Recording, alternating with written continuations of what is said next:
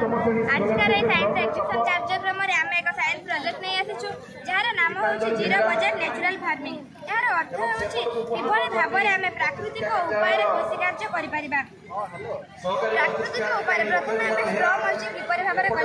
स्ट्र mulching आम जिते गचरे नाली नाली कर पानी देव से 100% जल 50% जल आम गछ संग्रह करता 50% जल मृत्तिका अवशोषण करता जहाँफल आमर ये बिछा कोटा कोटा वायुमंडल जलीय बाष्प ग्रहण कर पाखर माटी आर्द्रता को बजाय रखी था जहाँफल 50% प्लस 25% 75% जल आमर सुरक्षित हो रहीपर किपर भाव में कीटपतंग अपकारी कीटपतंग मानकर उपकारी कीटपतंग मानकर विनाश करवा प्रथम अच्छे आम लाइट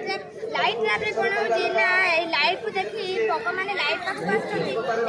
लाइट आसवा द्वारा से पड़ी फनल टाइप अच्छी से पड़ी रही वाटर ट्रैप माने जल जेहेतु लाइट जलुची एटी आम जल किसी मात्रा बड़ा मोबिल नहीं बड़ा मोबिल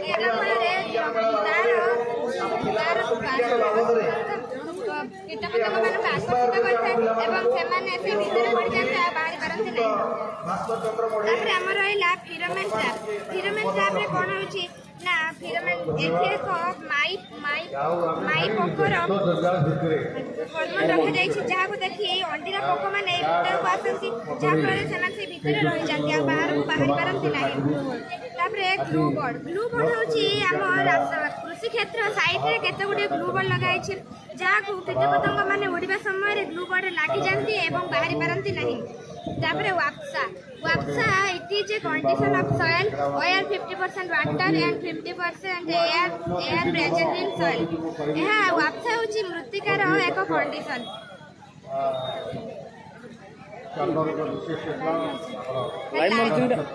लाइव मल्चिंग गोटे बड़ गछ तले जब किसी छोट छोट गछ उठुची आम ओपाड़ी फिंगी दौचु किंतु सेटा करबा अनुचित जदि से गछ गुड़िक